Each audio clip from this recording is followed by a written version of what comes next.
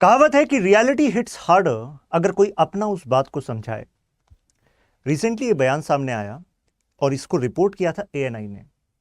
दो UK based journalist हैं जो पाकिस्तान ओरिजिन के हैं, उनको जनरल बाजवा ने बताया कि देखो, पाकिस्तान की जो आर्मी है इस समय ऐसे हालात नहीं है कि we can survive war with India.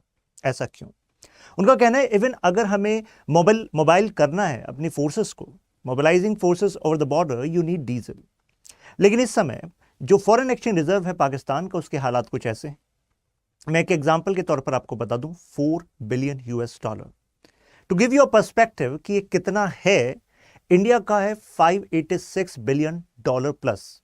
तो कहां 586 बिलियन डॉलर प्लस और कहां 4 बिलियन डॉलर। स्टेज कुछ ऐसी है कि बेसिक नेसेसिटीज को भी हेरकट करने में लगा हुआ है पाकिस्तान।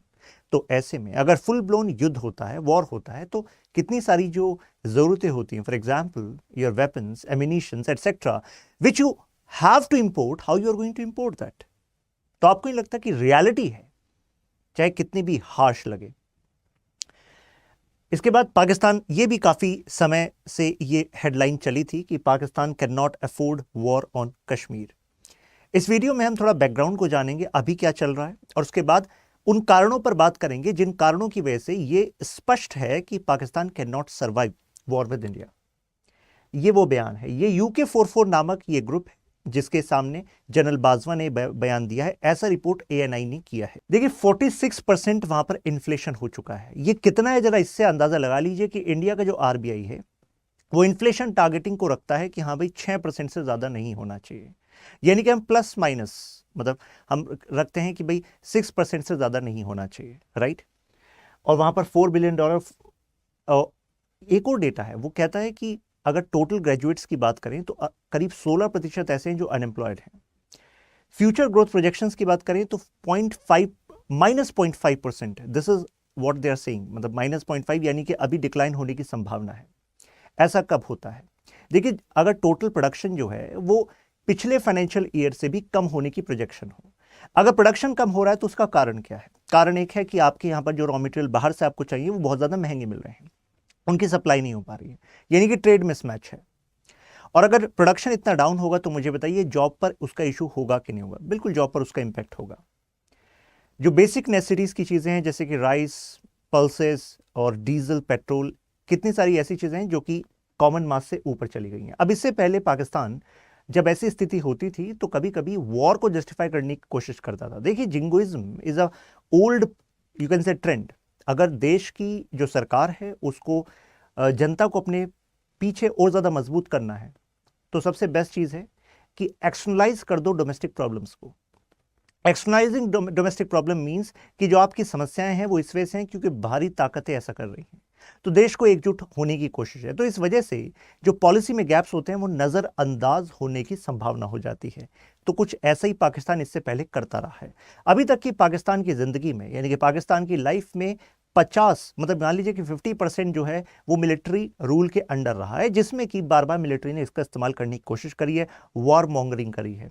1958, 1977, 1999, ये 3 ऐसे वाक्य हैं जहां पर मिलिट्री कू सक्सेसफुल हुआ और उसके बाद फिर वो वॉर मॉन्गरिंग बढ़ गई। लेकिन 1977 एंड 1999 ये 2 ऐसे वाकयात थे जहां पर इसमें बैकिंग उनको मिल रही थी पॉलिटिकल एलीट ऑफ पाकिस्तान की, साथ में यूएस की और पाकिस्तान के बेसिकली जर्नलिस्ट की भी। मतलब क्या हुआ? यूएस क्यों सपोर्ट कर रहा था? यूएस अफगानिस्तान के एंगल की वजह से सपोर्ट कर रहा था। उनको लगता था कि जो कम्युनिस्ट बैशन नहीं बनना चाहिए अफगानिस्तान, इसके लिए अगर वहां पर मिलिट्री का कंट्रोल रहेगा तो वो सबसे बेस्ट रहेगा for coordinating their activities in Afghanistan. तो यूएस बैकिंग करता रहा है। दूसरा, जो उनकी डोमेस्टिक प्रॉब्लम्स होती हैं, जैसे कि अभी कुछ समय पहले पाकिस्तान के पूर्व प्रधानमंत्री का बयान आता है कि इससे कम खराब स्थिति में भी मिलिट्री कू हुआ है। इससे कम खराब स्थिति में तो कोई भी डेमोक्रेसी में ऐसा बयान आना, आपको नहीं लगता वो अपने आप में बड़ा चिंताजनक है? मिलिट्री कू इससे कम खराब स्थिति में हुआ है तो it's like you are giving a red carpet कि आइए मिलिट्री, राइट। तो स्थिति बड़ी गंभीर है। तो ऐसी स्थिति में पास्ट में उन्होंने किया है, मतलब इकोनॉमिक क्राइसिस की वजह से। लेकिन अभी ऐसा क्यों नहीं हो सकता, उन कारणों को अभी हम आगे जानने वाले हैं, ठीक है। पाकिस्तान अपने नॉन डेवलपमेंटल एक्सपेंडिचर जैसे कि मिलिट्री एसेट्स पर काफ़ी ज़्यादा खर्च करता है in comparison to what they should have done for social development programmes, यानी कि हेल्थ, एजुकेशन, इंफ्रा, पावर पर ज़्यादा खर्च करना चाहिए था, ना कि इतना मिलिट्री पर। लेकिन क्योंकि मिलिट्री अपने आप में सबसे स्ट्रॉन्ग पिलर कहा जाता है पाकिस्तान के पॉलिटिकल सिस्टम का, इस वजह से एक तरीके से हम कह सकते हैं कि पाकिस्तान की प्रॉब्लम का एक बड़ा कारण है कि वो प्लानिंग जो है उनकी एक्सपेंडिचर की, that was not directed to give the outcome for the common masses. Recently हम देख रहे हैं बिलावल भुट्टो चाहे दुनिया में कहीं पर भी जा रहे हैं, यूएस जा रहे हैं, बर्लिन जा रहे हैं, हर जगह पर he is talking against India. जब देश में इतनी सारी प्रॉब्लम्स हों तो आपको नहीं लगता कि लीडर को उन प्रॉब्लम्स पर बात करनी चाहिए, उनके सोल्यूशन पर बात करनी चाहिए? तो उनके सोल्यूशंस पर बात को एक्चुअली ये समझ लीजिए कि जब समय ज़्यादा उन प्रॉब्लम्स को देना चाहिए, वो इंडिया के इशू को एक्सटर्नलाइज करने की फर्दर कोशिश कर रहे हैं। तो it shows their weakness, right? अब जरा उन कारणों पर बात करते हैं जिसकी वजह से पाकिस्तान अफोर्ड नहीं कर सकता इस समय वॉर पर जाना। पाकिस्तान को जरूरत है आईएमएफ के पैकेज की, और आईएमएफ में क्लाउट है यूएस का। तो अगर पाकिस्तान युद्ध पर जा रहा है तो मुझे बताइए, आईएमएफ ये कहेगा क्या, हाँ जी जाइए आप युद्ध पर, हम पैसा पहुंचाएंगे ना आपकी इकोनॉमिक स्थिति को सुधारने के लिए? आईएमएफ रिजेक्ट कर देगा। आईएमएफ रिजेक्ट कर देगा तो मुझे बताइए कि जो अभी प्रेजेंट प्रॉब्लम्स है इकोनॉमी की, वो क्या रिजॉल्व हो पाएंगी? नहीं हो पाएंगी। तो वॉर तो भूल ही जाइए। मुझे लगता है जनरल बाजवा बिल्कुल क्लियर कट बात कर रहे हैं। सेकंड, यूक्रेन वॉर चल रहा है दुनिया में, और दुनिया देख चुकी है यूक्रेन की वॉर की वजह से कितनी सप्लाई चेन प्रॉब्लम्स हुई हैं, राइट? सप्लाई चेन इश्यूज हुए हैं, आसान भाषा में यानी कि जो बेसिक जरूरतों की चीजें हैं वो महंगी हुई हैं। पाकिस्तान और इंडिया, इंडिया वर्ल्ड की सबसे लार्जेस्ट पॉपुलेशन रखता है, इतनी बड़ी मार्केट है। अगर इंडिया युद्ध पर जाता है तो चाहे वो मार्केट की बात करें, चाहे प्रोडक्शन की बात करें, वो सब कुछ इंपैक्ट होगा कि नहीं होगा? कितनी सारी जो इकोनॉमीज हैं, south Asia, south east Asia, और कई सारे प्रोडक्ट्स हम जो यूरोप, यूएसए में भेजते हैं, उनकी भी सप्लाई पर इंपैक्ट पड़ेगा कि नहीं पड़ेगा? पड़ेगा। तो जाहिर सी बात है, अगर पाकिस्तान ऐसा कुछ करने की कोशिश करेगा तो एक्सटर्नल प्रेशर उस पर बढ़ेगा कि भाई इससे अभी दुनिया उबर नहीं पाई है, तुम एक नेक्स्ट वॉर कर रहे हो। वेस्टर्न एफर्ट्स हैं चाइना को मार्जिनलाइज करने के, और इस वजह से USA is now India strategic partner. ये 1977 नहीं है, 1999 नहीं है जब यूएस की बैकिंग से आपने वॉर मॉन्गरिंग करने की कोशिश करी हो। 1999 हम सब कारगिल जानते हैं, लेकिन अभी चाइना इज द फोकस, और चाइना फोकस है तो ऐसे में इंडिया ज्यादा महत्वपूर्ण है यूएस के लिए, वेस्टर्न एलाइज के लिए। तो जाहिर सी बात है, अगर पाकिस्तान की इकोनॉमी और पाकिस्तान की जो मिलिट्री है वो वेस्टर्न ग्रांट से चल रही है, तो कैसे वो अपने आकाओं को मना कर सकते हैं भाई, है कि नहीं? इंडिया स्ट्रेटेजिक पार्टनर एंगल आपको पता लग गया। साइकोलॉजिकल प्रोफाइल बहुत महत्व रखती है। एग्जाम्पल, पिछले कुछ समय में देखा कि पाक ऑक्यूपाइड कश्मीर में कितने सारे जो लोग हैं वो सड़कों पर हैं, वो बेसिक नेसेसिटीज के लिए लड़ रहे हैं, जबकि वो मीडिया में ये भी देख रहे हैं कि उनके ब्रदर्स जो इंडियन साइड है, यानी कि जो इंडिया का भाग है कश्मीर, वहां पर they are not having these kind of problems except the problems which are created by ISI. तो जाहिर सी बात है वो मतलब ये एक साइकोलॉजिकल प्रोफाइल बन रही है कि नहीं बन रही है कि भाई पाकिस्तान के साथ रहकर, इस ऑक्यूपेशन में रहकर तो मुसीबत ही है। इससे तो बेहतर है कि भाई हमारे मुद्दे को इस्तेमाल ना करे पाकिस्तान, अपनी अर्थव्यवस्था के लिए बेहतर रहेगा, और इंडिया के साथ रहना that is far better. India की डिप्लोमेटिक टाइज वर्ल्ड में बहुत ज्यादा बेहतर हैं पाकिस्तान से, तो ये भी एक एंगल है कि पाकिस्तान वॉर नहीं कर सकता, राइट?